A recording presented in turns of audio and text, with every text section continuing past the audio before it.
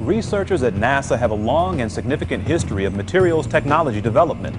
With an impressive list of new lubricants, lightweight alloys, and composites, these materials have revolutionized our world. Since the 1960s, the process of creating new materials has rapidly advanced. Today, NASA scientists are continuing to develop new materials that are hundreds of times stronger than steel at a fraction of the weight. These advanced materials are becoming so strong and lightweight, they can stop bullets and even keep debris from puncturing space vehicles. But how are these materials made, and what else can they be used for? Our own Johnny Alonso finds out how it works.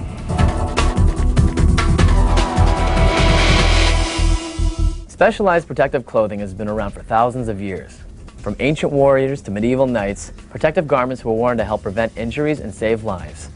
The materials that were used to make these types of clothing, like metal and leather, worked well in those early days. But as weapons became more sophisticated, the usual materials began offering less protection.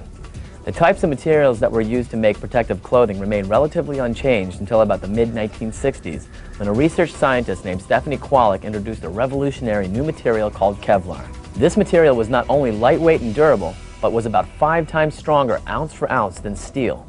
With this development, the world of protective materials changed forever. Today, stronger, lighter synthetic structures have opened up new and exciting avenues in the development of protective materials. These materials are being used in everything from sporting goods to space applications. To help shed some light on how these materials have changed our lives, I spoke with Dr. Jeffrey Hinckley at NASA Langley Research Center to find out how it works. If you look at the history of materials in humankind, you see the Stone Age, the Bronze Age, and then the age of steel, which is sort of the Industrial Revolution. We're in the course of another revolution now of high-performance materials that can combine the strength, the stiffness of steel with other properties, electrical conductivity, the ability to be formed in plastically, and to even stop bullets. Another example is Kevlar, which is used in armor protection for our troops. And of course, glass fiber is familiar to some people, and glass fiber boats, and so on. So we've talked about Kevlar. How does a thin material like that stop bullets? You have here the flexibility of a fine fiber, very tough, resilient material, and twice as strong as steel at 1/5 the weight.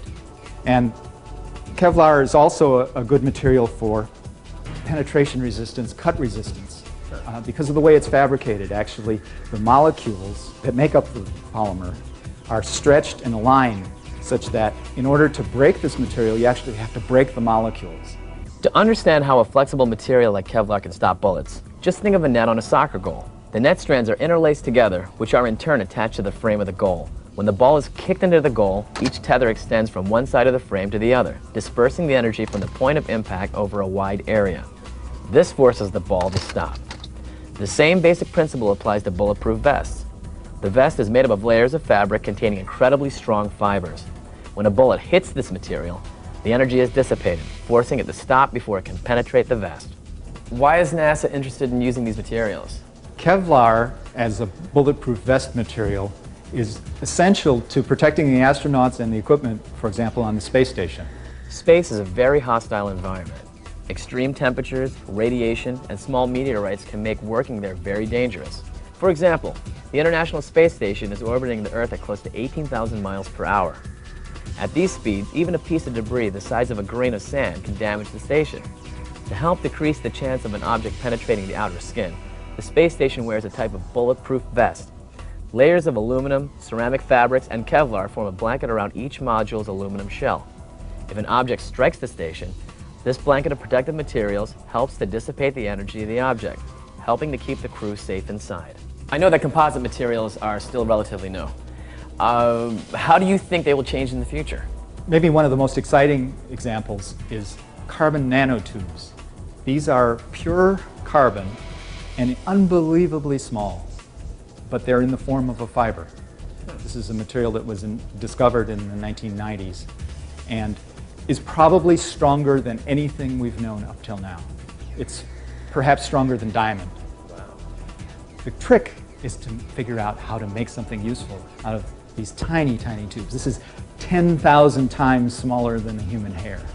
And so the trick is to use this material, which even under a microscope just looks like soot, into a strong, lightweight composite material.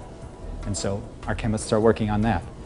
An idea that's really on the drawing boards is the idea of a self-healing material. You can imagine a spacecraft that's going to be in orbit for 20 years. It would be nice not to have to service it. So we conceived the idea of a material that would heal itself after it was damaged. And I have an example here. This is a sort of a conventional plastic material that was struck by a 9mm bullet. And as you can see, it shattered and left a hole that's just a little over 9mm in diameter. Here's a new material that was invented here at NASA. And this also was struck by a 9mm bullet. The bullet went right through. The bullet was not stopped, but there's no hole. We can imagine that self-healing materials would be useful in aircraft too. Right now, when an aircraft is brought in for service, they look all around it for cracks. And they're looking for a critical crack, which on some commercial jets might be as much as 4 inches long. When they get to the critical crack size, they repair it. Well, we can imagine a composite material made with self-healing matrix, self-healing plastic, that could heal itself and the cracks would never grow. The exciting thing about working for NASA is that it is always something new. And we get to sometimes see the results of our work coming into commercial use. So the next time you hear about somebody getting their life saved by a bulletproof vest, you know how it works. I wonder if these things work well with paintballs.